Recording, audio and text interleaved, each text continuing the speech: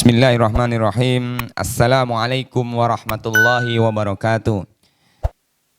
Innal hamdalillah nahmaduhu wa nasta'inuhu wa nastaghfiruhu wa nastahdihi wa natubu ilaihi wa na'udzu bihi min sururi anfusina was sayyiati a'malina may yahdihillahu fala mudhillalah wa may yudlil fala hadiyalah. Nasyhadu an la ilaha illallah wa nasyhadu anna Muhammadan abduhu wa rasuluhu la rasula wa la nabiyya ba'dah. Faqala Allah Ta'ala fi kitabihil karim, a'udzu billahi minasyaitonir rajim, ya ayyuhalladzina amanu taqullaha haqqa tuqatih wa la tamutunna illa wa antum muslimun. Amma ba'du, jamaah kaum muslimin rahimakumullah. Pada episode yang ke-15 ini kita akan melanjutkan tentang bainal uzlati wal mukhalatah, antara uzlah dan mukhalatah. Masih di pembahasan kitab Mukhtasar Minhajul Qasidin. Kita akan membahas tentang sisi-sisi positif dan negatif daripada uzlah dan mukhalatah. Apa itu uzlah, apa itu mukhalatah, kita akan dudukkan terlebih dahulu supaya nanti kita bisa memahami tentang keduanya dengan baik. Jamaah kaum muslimin rahimakumullah, seiring dengan perkembangan zaman yang begitu luar biasa, maka di masa Rasulullah SAW pun sudah ada istilah uzlah dan istilah mukhalatah. Uzlah itu maknanya adalah mengasingkan diri dari keramaian, mengasingkan diri dari manusia, dari masyarakat, ya, kemudian beribadah kepada Allah Subhanahu wa taala, menseriusi dirinya untuk beribadah kepada Allah, itu namanya uzlah. Melepaskan diri kita dari interaksi dengan masyarakat, kita mengasingkan diri ke tempat yang sepi dalam rangka hanya beribadah kepada Allah Taala, itu namanya uzlah. Sementara kebalikan dari uzlah adalah mukhalatah, berbaur dengan masyarakat, bercampur dengan masyarakat, hidup di tengah-tengah masyarakat, itu namanya mukhalatah. Nah, kita akan mendudukkan pada saat zaman yang seperti ini, zaman di mana kita hidup ini, mana yang lebih utama, apakah uzlah itu lebih utama atau mukhalatah? Jamaah kaum muslimin rahimakumullah, ikhtalafan nasu fil uzlah wal mukhalatah ayyatuha afdal. Para ulama berselisih faham, berselisih pendapat tentang mana yang lebih utama di zaman kita hidup ini, antara uzlah atau mukhalatah.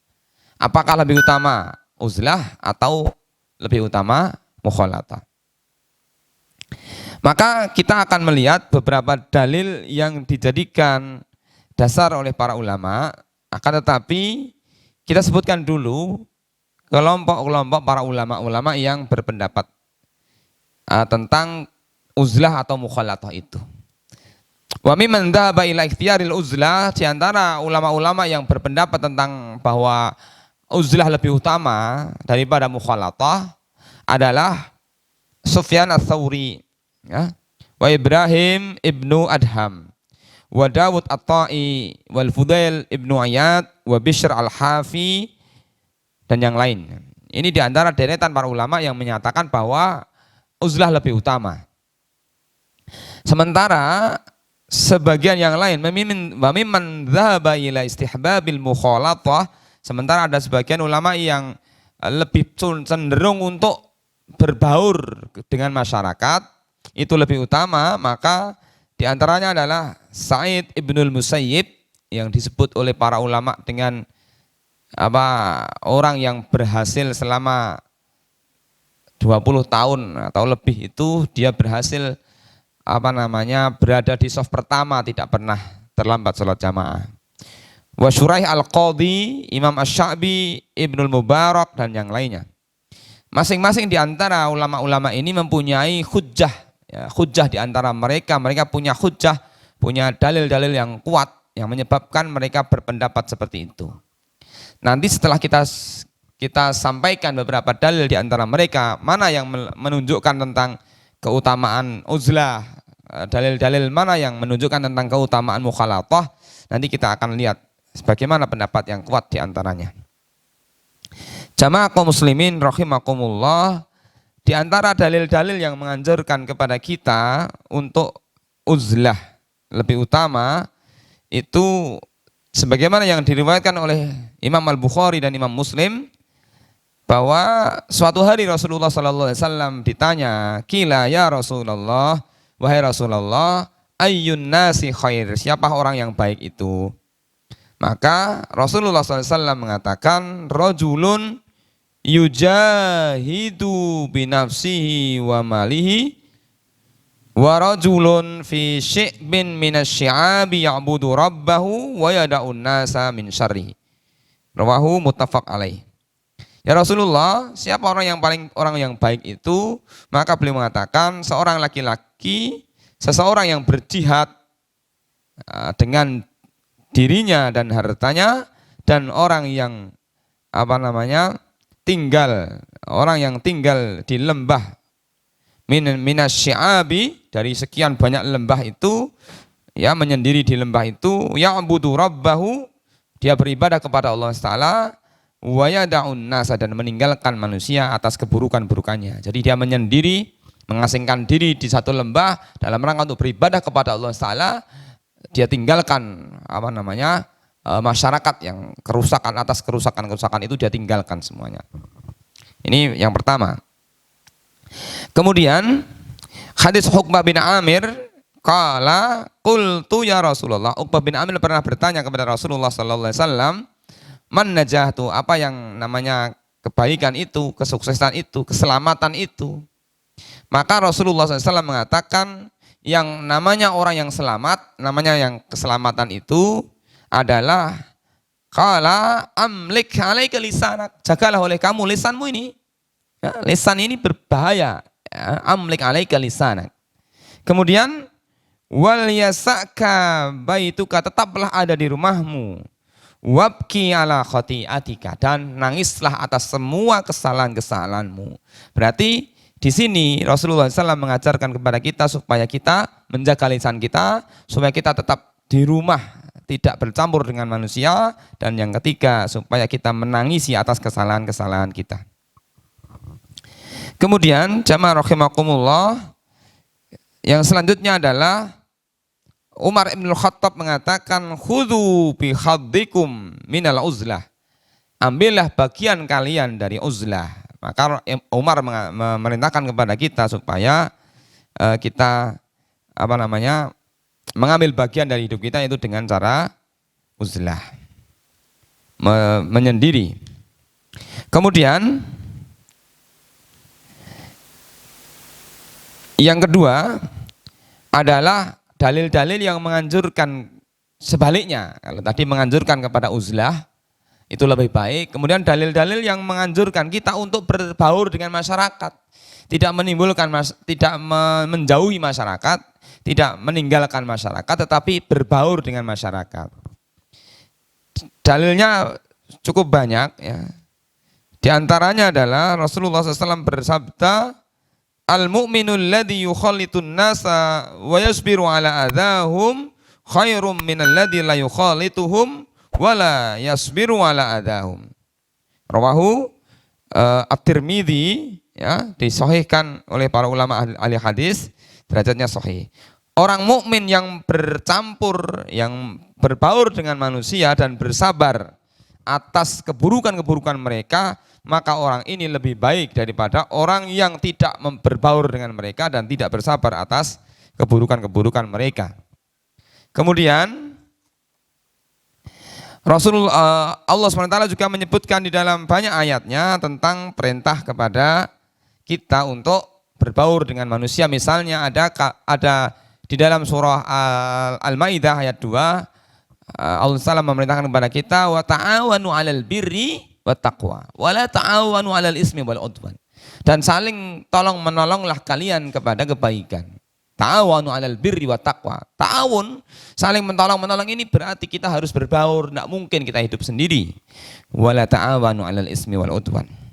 Kemudian di dalam surah Al-Ikhlas Allah SWT menyatakan di ayat terakhirnya, wa tawasau bil haqqi wa tawasau bis sabr. Salinglah kalian berwasiat untuk menetapi kesabaran dan mentaati kebenaran. Saling berwasiat berarti ada interaksi antara dua pihak. Berarti ini menunjukkan bahwa kita diperintahkan untuk mukhalatah, berbaur dengan masyarakat. Kemudian di dalam kesempatan yang lain Rasulullah SAW dalam satu kesempatan pernah memanggil Ali bin Abi Thalib, kemudian memberikan wasiat kepada Ali bin Abi Thalib. Qala Rasulullah SAW, Rasulullah SAW bersabda, la fawallahi la ayyahdiyaka bika rajulun wahidun khairul laka min khumrin na'am. Hadis Bukhari. Demi Allah, maka sungguh engkau menjadi sebab hidayah satu orang saja, itu lebih baik bagimu daripada unta merah. Jadi kita menjadi sebab orang lain mendapat hidayah, berarti kita berinteraksi dengan orang lain, yang orang lain itu kemudian menjadi hidayah dengan perantara kita, itu jauh lebih berharga daripada unta merah, yaitu harta yang paling mahal di kalangan masyarakat Arab saat itu.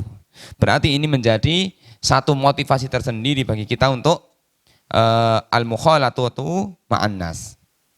Jamaah kaum muslimin rahimakumullah, dua sisi yang sama-sama ada ada penguat dalilnya, ada dalil-dalil yang disebutkan dalam Al-Qur'an maupun di dalam sunnah Rasulullah SAW. Maka tidak mengherankan jika para ulama salaf saja mereka berselisih tentang ayyuhuma afdal, mana di antara dua sikap ini, sikap uzlah atau sikap mukhalatah yang lebih baik. Jamaah kaum muslimin, supaya kita lebih jelas untuk mendudukkan perkara ini, mari kita lihat beberapa faidah dari keduanya.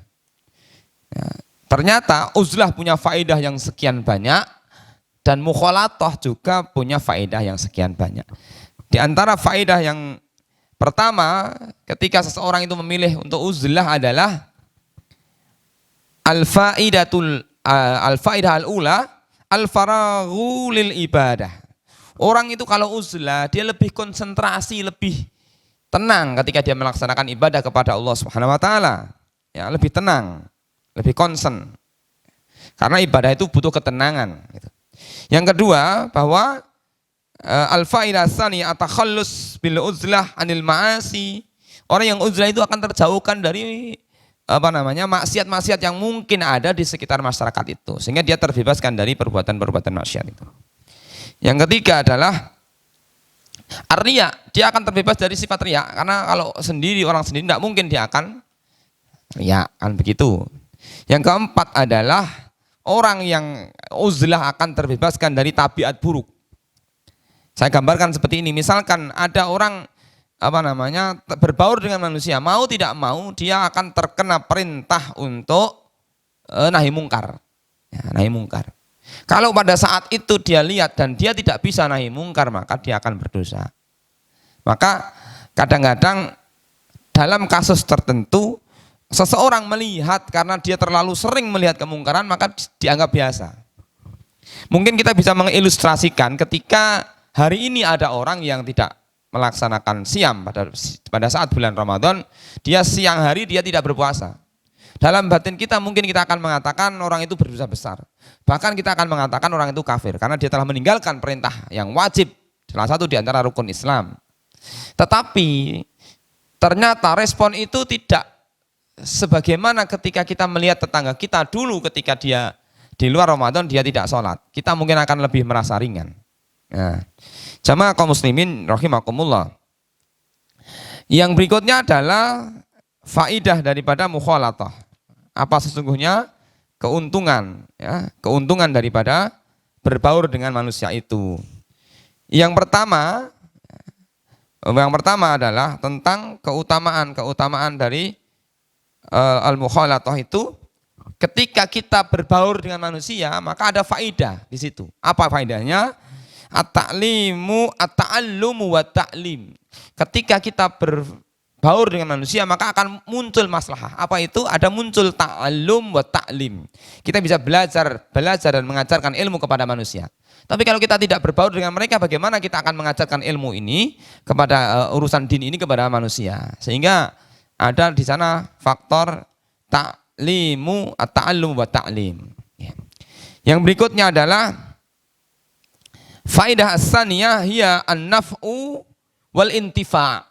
Orang yang berbaur dengan masyarakat dengan segala keburukannya, maka dia akan bisa mengambil kebaikan daripada masyarakat itu. Karena keburukan masyarakat yang buruk, belum tentu mereka semuanya buruk, pasti akan ada sisi-sisi kebaikannya. Maka ketika orang itu berinteraksi dengan manusia, tidak mengasingkan diri, dia berinteraksi dengan manusia, mukhalatah di situ, maka dia mendapatkan sisi-sisi kebaikannya. Yang berikutnya adalah at-ta'dibu wa ta'addub. At-ta'dibu wa ta'addub, maka orang yang mukhalatah berbaur dengan manusia, dia akan mampu melatih dirinya, melatih kesabarannya, melatih ilmunya, mengasah akalnya dan lain sebagainya. Dia akan terlatih. Ya, terlatih dengan lingkungannya, dengan hal-hal yang baik. Tentu. Yang berikutnya adalah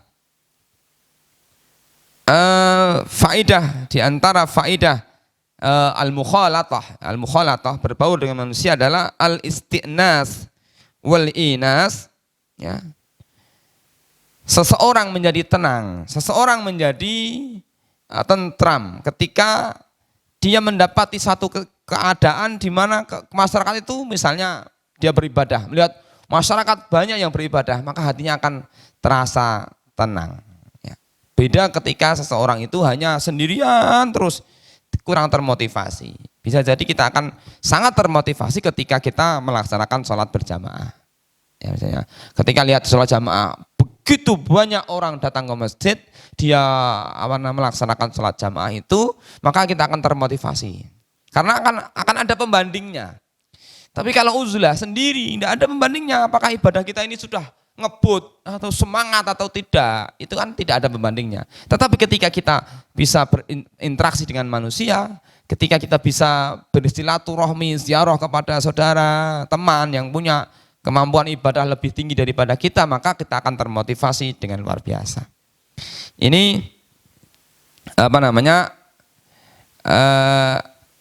yang keempat. Yang kelima, orang yang mukhalatah, memilih mukhalatah, berbaur dengan manusia itu, dia akan mendapatkan pahala. Mendapatkan pahala. Apa? Misalnya al-awwalu fayahdurul janais wa yadatul marudha. Misalnya ketika orang itu menghadiri pemakaman jenazah, takziah misalnya, dia harus berbaur dengan manusia. Atau wa yadatul marudha, orang yang menjenguk orang sakit ini kan berbaur. Dia mendapatkan pahala itu. Karena dia harus berinteraksi dengan orang. Ya, silaturahmi seperti itu. Kemudian ketika dia juga berinteraksi dengan manusia, maka akan terbuka kesempatan orang lain untuk mendapatkan pahala juga, misalnya. Ya, misalkan ada orang yang datang ke tempat kita, silaturahmi ke tempat kita, maka dia mendapatkan kebaikan atas itu. Yang keenam adalah al-mukhalatah, faedah al-mukhalatah yang keenam adalah at-tawadhu. Seseorang akan mampu membangun rasa tawadhu'nya ketika ada orang lain pembandingnya. Tetapi kalau tidak ada pembandingnya, dia nggak bisa tawadhu. Apakah saya harus bersombong, sikap sombong atau tawadhu, itu tidak bisa. Tetapi kalau kita bisa berinteraksi dengan manusia, maka akan melatih diri kita menjadi orang yang senantiasa tawadhu, senantiasa tawadhu. Jamaah kaum muslimin rahimakumullah, sudah kita aturkan beberapa dalil dan beberapa keterangan, baik juga faedah-faedah yang bisa kita dapatkan dari kedua sikap ini, baik uzlah maupun mukhalatah. Nah, sekarang mana yang lebih kuat pendapat ini? Apakah mukhalatahnya atau uzlahnya? Imam Nawawi itu memberikan penjelasan meskipun para ulama salaf dan para ulama khalaf pun berselisih tentang antara uzlah dan mukhalatah, maka untuk mengambil pendapat yang kuat, maka tidak bisa dibuat sekat mutlak yang betul adalah uzlah, mutlak yang betul adalah mukhalatah tidak. Karena kebaikan itu mana yang lebih baik antara uzlah dan mukhalatah itu sangat dipengaruhi oleh keadaan baik orang yang mengerjakannya maupun masyarakatnya. Dalam batas tertentu mungkin yang baik adalah uzlah dalam kasus tertentu. Tapi dalam kasus yang lain ketika masyarakat tidak ada yang membimbing, tidak ada yang mengarahkan, tidak ada yang mengajarkan kebaikan, maka disitulah pentingnya kita mukhalatah. Jadi tidak ada batasan mutlak yang lebih utama adalah mukhalatah atau yang lebih utama adalah uzlah. Maka perlu dikaji kasus per kasus mana di antara kedua itu yang lebih utama. Karena bisa jadi sikap uzlah di suatu tempat tidak akan sama dengan sikap uzlah di tempat lain, atau sikap uzlah di tempat lain juga tidak sama dengan sikap mukhalatah di tempat yang lain. Maka ini perlu dikaji kasus per kasus, karena ini nanti akan memastikan akan munculnya maslahat yang harus kita dapatkan ketika kita mengambil satu kesimpulan sebuah sikap hukum. Jamaah rahimakumullah, sehingga pada intinya bahwa keduanya menjadi baik ketika kita mampu mengkajinya, kita mau melihat secara lebih dekat dari masalah-masalah yang ada, tidak ada batasan yang kemudian yang mutlak adalah uzlah atau yang mutlak adalah mukhalatah. Jamaah kaum muslimin rahimakumullah, semoga dengan dua penjelasan ini antara uzlah dan mukhalatah kita bisa mengambil pelajaran yang luar biasa, kemudian kita bisa mengambil sikap mana yang lebih tepat antara uzlah dan mukhalatah disesuaikan dengan maslahat yang akan kita dapatkan dari kedua sikap itu. Wallahu a'lam bishawab. Banyak hal yang kurang berkenan mohon dimaafkan. Al-afu minkum, wassalamualaikum warahmatullahi wabarakatuh.